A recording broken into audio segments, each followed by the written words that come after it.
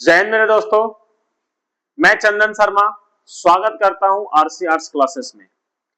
आज हम class 10th के हिंदी विषय के गोधूली भाग 2 के शीर्षक का समान परिचय का अध्ययन करने वाले हैं।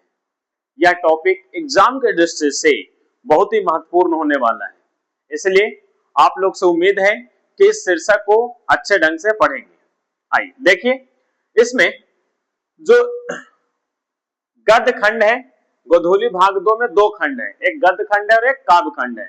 आज हम लोग गद्य खंड के शीर्षक और उनके लेखक के परिचय के बारे में पढ़ेंगे और अगले क्लास में हम लोग काव्य खंड के बारे में पढ़ेंगे। तो आइए, गद्य खंड में जितने भी शीर्षक हैं और उनके कौन लेखक हैं उसका अध्ययन करने वाले हैं, और यह टॉपिक बोर्ड के एग्जाम के दृष्टि से बहुत इंपॉर्टेंट होने वाला है, इसलिए हम लोग इसको ध्यानपूर्वक पढ़ेंगे।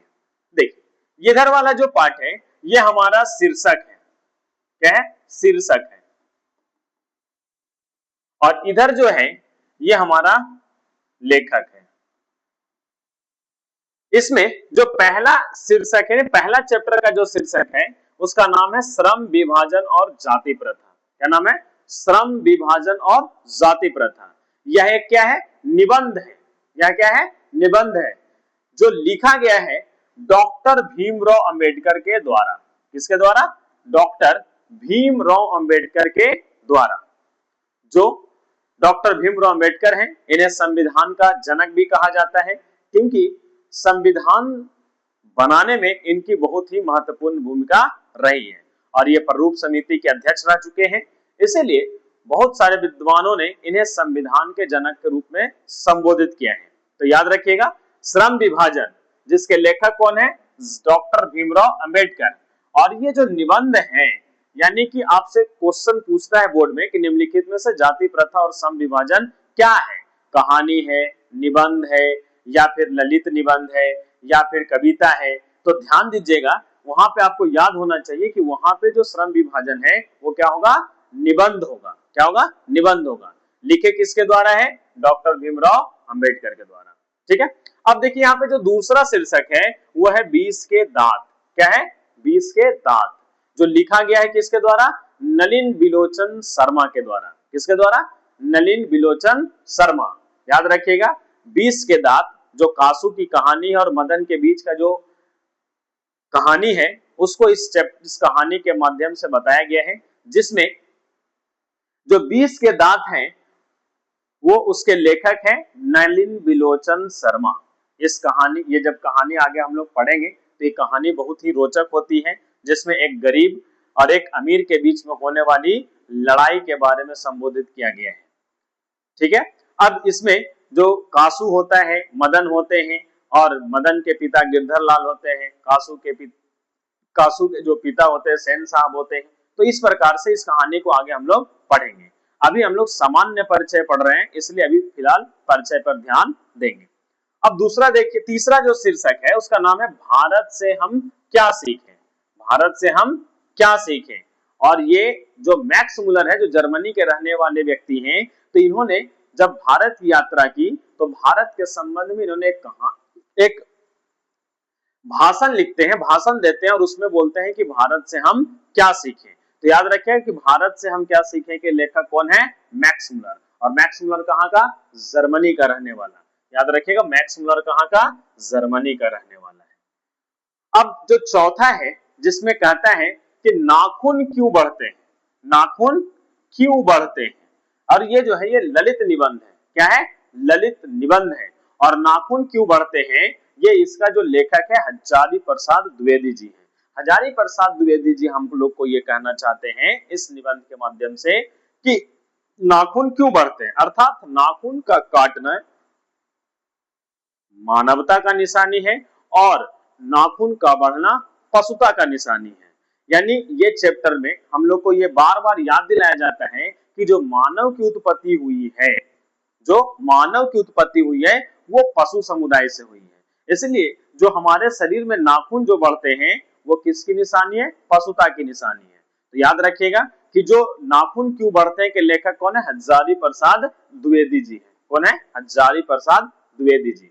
भूलिएगा नहीं, ये सब बहुत ही इंपॉर्टेंट चीज है जो आपको एग्जाम में सीधे सवाल के रूप में मिलने वाला है। फिर इसके बाद जो पांचवा शीर्षक है यानी पांचवा चैप्टर है उसका नाम है नागरी लिपि। क्या नाम है? नागरी लिपि। और ये क्या है? निबंध। क्या है? निबंध। और इसको लिखने वाले व्यक्ति है गुणाकर मूल्य। क्या है? गुणाकर मूल्य। तो याद रखिए कि नागरी लिपि के लेखक कौन है? गुणाकर मूल्य। ठीक है। आइए अब अगला जो शीर्षक है उसका नाम है बहादुर। क्या है?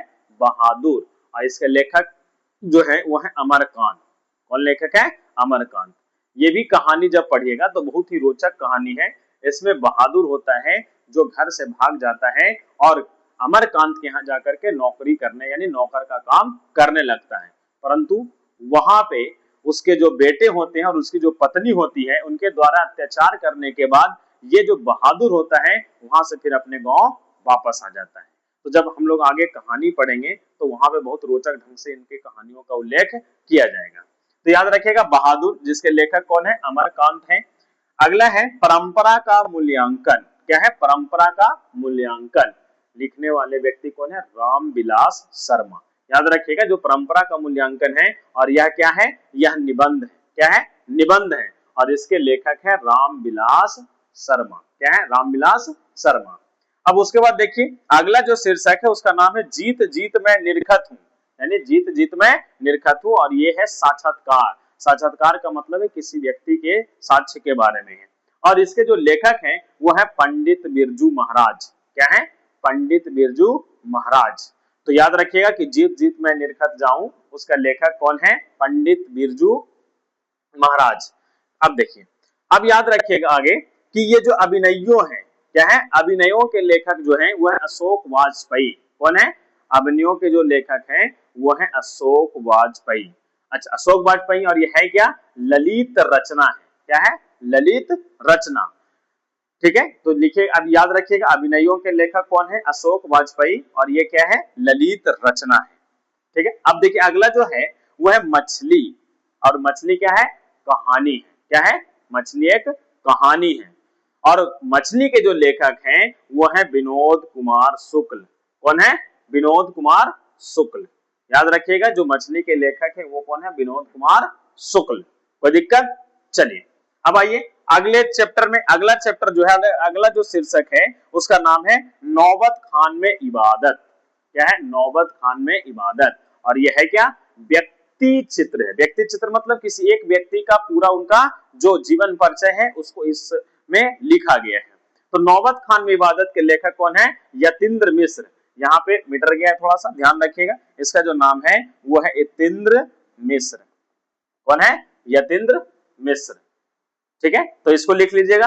जो नौबत खान में इबादत है उसका जो लेखक है वो है यतीन्द्र मिश्र। कोई दिक्कत?